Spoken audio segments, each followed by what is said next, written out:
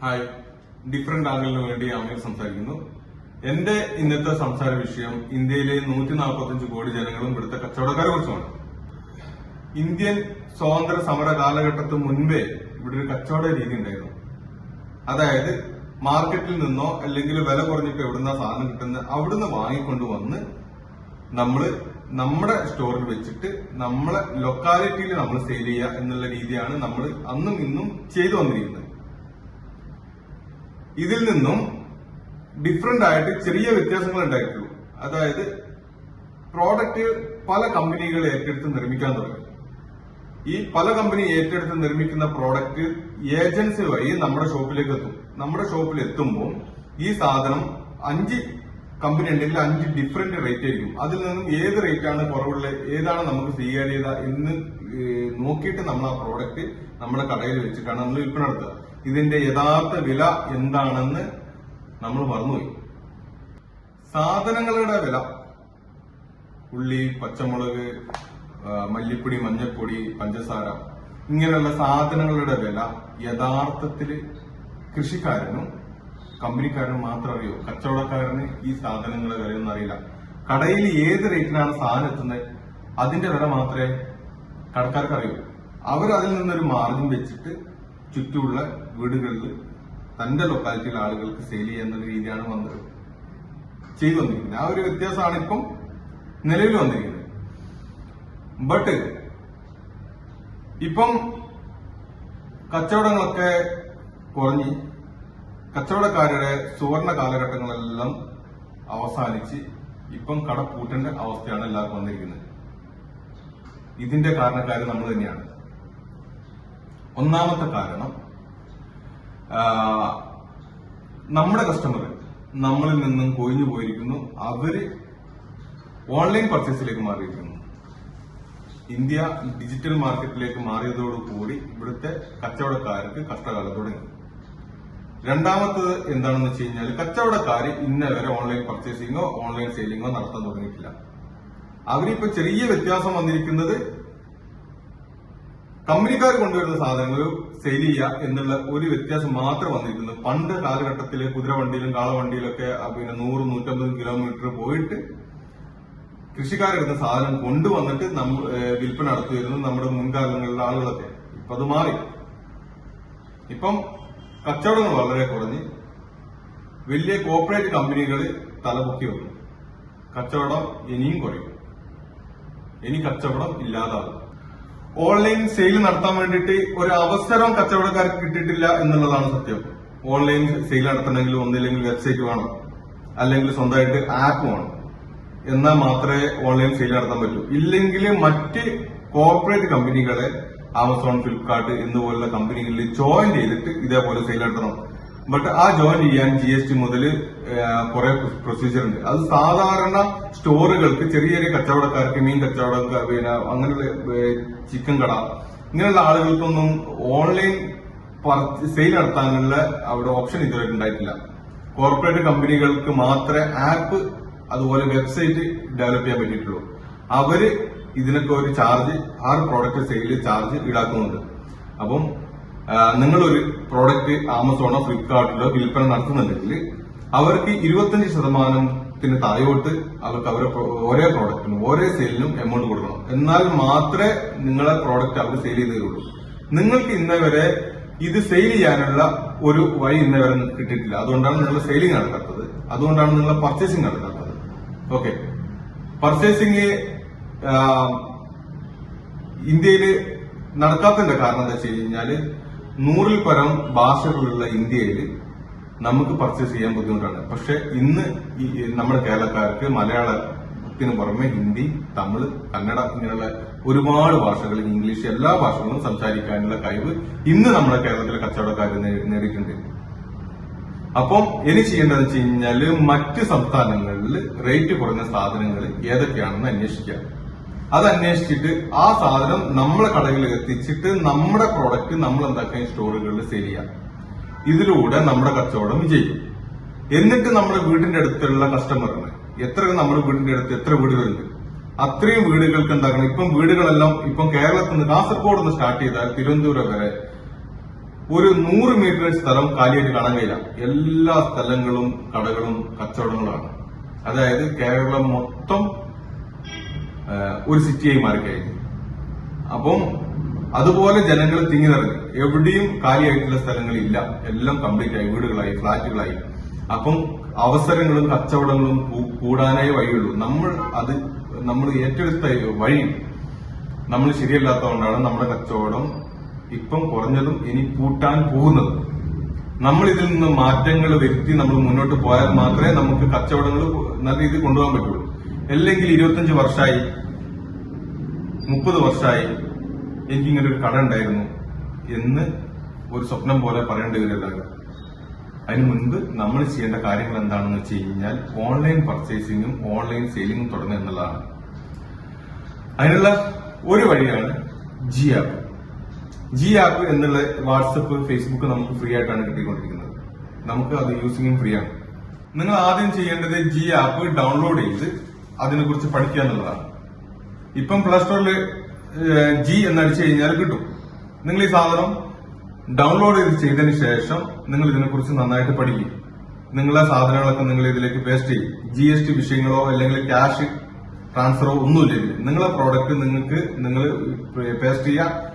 ആ സാധനങ്ങൾ നിങ്ങൾ എന്താക്കുകയും ചെയ്ത് കഴിഞ്ഞാൽ നിങ്ങൾ ഡെലിവറി ചെയ്യുക. നിങ്ങൾക്ക് ഓർഡർ കിട്ടുമ്പോൾ നിങ്ങൾ ഈ സാധനങ്ങൾ ഡെലിവറി ചെയ്യുക. അപ്പൊ നിങ്ങൾക്ക് ആർക്കും കമ്മീഷൻ കൊടുക്കേണ്ട ആവശ്യമില്ല. നിങ്ങൾക്ക് ഡയറക്റ്റ് ക്യാഷ് വാങ്ങാം. ഹോം ഡെലിവറി ചെയ്ത് കഴിഞ്ഞാൽ അവരുടെ നിന്ന് ഗൂഗിൾ പേയോ അല്ലെങ്കിൽ നിങ്ങൾക്ക് ഡയറക്റ്റ് ക്യാഷോ ഡെലിവറി ചെയ്യുന്ന ടൈമിൽ വാങ്ങാം.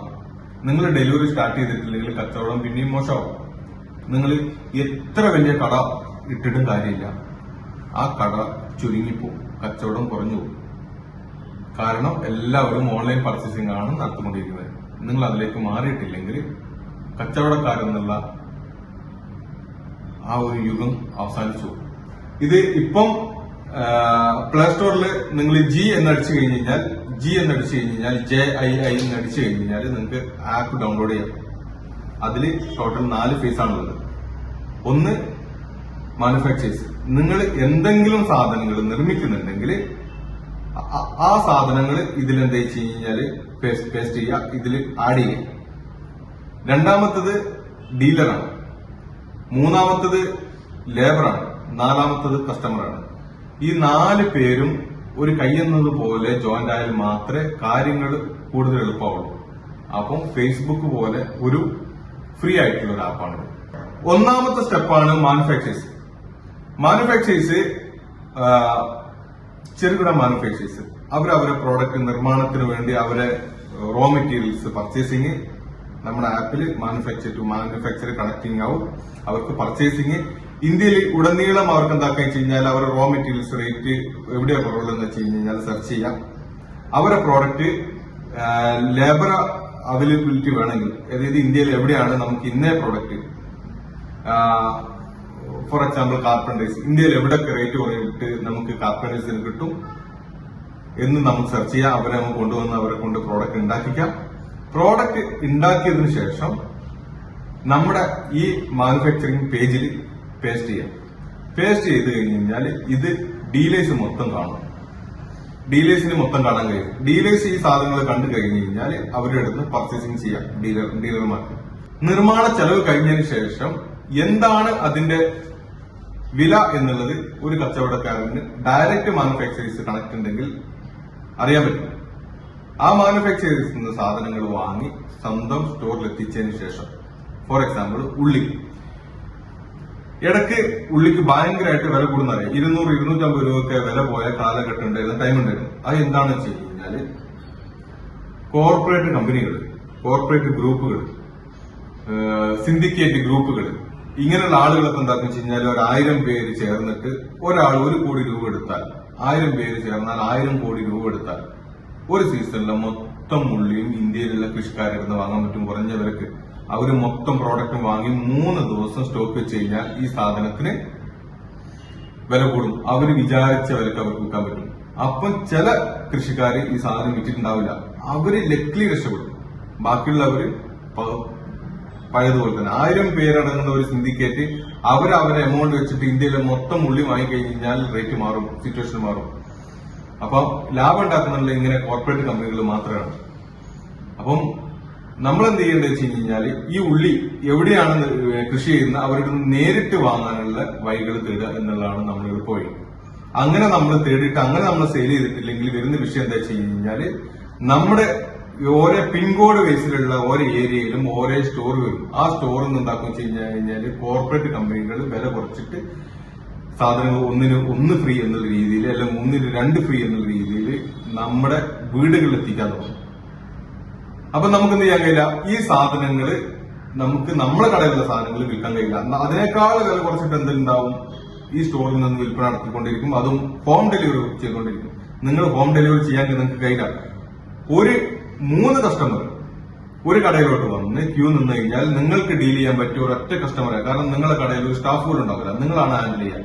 അപ്പം നിങ്ങൾക്ക് ആ 3 കസ്റ്റമറെ ഡീൽ ചെയ്യാൻ പറ്റാത്ത കാരണത്താൽ പുറകിലുള്ള 2 കസ്റ്റമർ നിങ്ങൾക്ക് നഷ്ടപ്പെട്ടു പോകും. അവർ വിചാരിക്കും എന്തിനാണ് ഞാൻ ഇവിടെ ക്യൂ നിൽക്കുന്നത്, എനിക്കിത് ഓൺലൈനിൽ വാങ്ങിയ പോലെ വീട്ടിൽ സാധനം എത്തുമല്ലോ എന്ന് അവർ ചിന്തിക്കും. അപ്പൊ നിങ്ങൾക്ക് എന്താക്കാൻ പറ്റില്ല, ഈ സാധനങ്ങൾ നിങ്ങൾക്ക്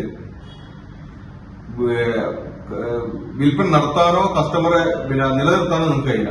അപ്പൊ നിങ്ങൾ ചെയ്യേണ്ട വിഷയം എന്താ വെച്ച് കഴിഞ്ഞാൽ നിങ്ങളും ഓൺലൈൻ പർച്ചേസിംഗ് ചെയ്യുക, ഓൺലൈൻ സെയിൽ നടത്തുക എന്നുള്ളതാണ്.